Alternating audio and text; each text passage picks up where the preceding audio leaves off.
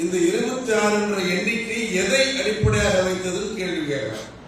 இந்த பில்டிங் அடிப்படையாக வைத்ததா, இந்த திருச்சபை இங்கே உருவான நாளை அடிப்படையாக வைத்ததா? பில்டிங் தான். பெரும்பாலும் பில்டிங் நம்ம கொண்டாடுறோம், சர்ச்சை கொண்டாடுறோம். கன்ஸ்ட்ரக்ஷன் ஆஃப் பில்டிங் வேற, கன்ஸ்ட்ரக்ஷன் ஆஃப் சர்ச் வேற.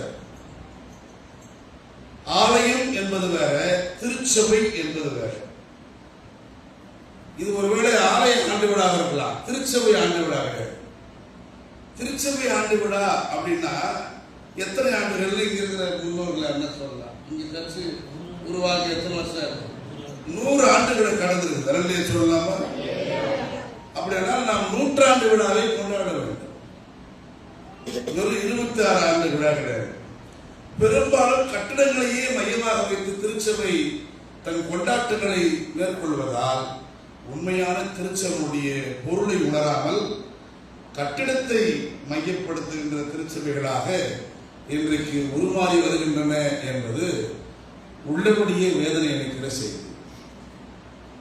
எனவே நாம் கட்டிடங்களை கொண்டாடினாலும் நம்முடைய உள்ளத்தில் எதை எண்ண வேண்டுமானால் நம்முடைய திருச்சபை உருவான நாளை நாம் கொண்டாட வேண்டும் என்கிற உள்ளத்தில் நமக்கு அந்த மகிழ்ச்சி பெருக்கு உருவாக வேண்டும். அப்படியானால் நாம் 100 ஆண்டுகளை கடந்து நிற்கிற திருச்சபை, குறைந்தது 5 தலைமுறையாவது இந்த 100 ஆண்டுகளில் இந்த திருச்சபை கண்டிருக்கும்.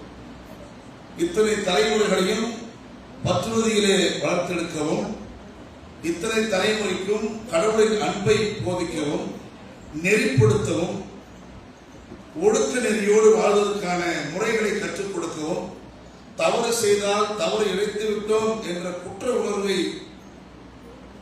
பெற்று யாருக்கு எதிராக தவறு செய்தோமோ அவருக்கு எதிராக அவரிடம் போய் மன்னிப்பு கோரும் அளவுக்கும் ஒரு பெருந்த மனப்பான்மையை திருச்சபை தான் உருவாக்கி இருக்கிறது. வேற எங்கேயும் நீங்க இப்படிப்பட்ட ஒப்புரவை போய் பார்க்க முடியாது, இப்படிப்பட்ட சமாதானத்தை பார்க்க முடியாது. தலைமுறை தலைமுறையாக பகைமை உணர்வு கொண்டிருந்தால் அது திருச்சபையாக இருக்க வாய்ப்பு இல்லை. எனவே நாம் இழைத்த குறைகளையும் குற்றங்களையும் நினைவில் கொண்டு கடவுளால் போதிக்கப்பட்டவர்களாய், கடவுளின் அன்பை உள்வாங்கியவர்களாய், ஒருவரோடு ஒருவர் ஒப்புரவாவது கடவுளோடு ஒப்புரவாவதற்கான சமம் என்கிற உணர்வு உடையவர்களாய் நாம் ஒப்புரவின் மகிழ்ச்சியிலே கொண்டாட வேண்டும். அதுதான் உண்மையான கொண்டாட்டம்.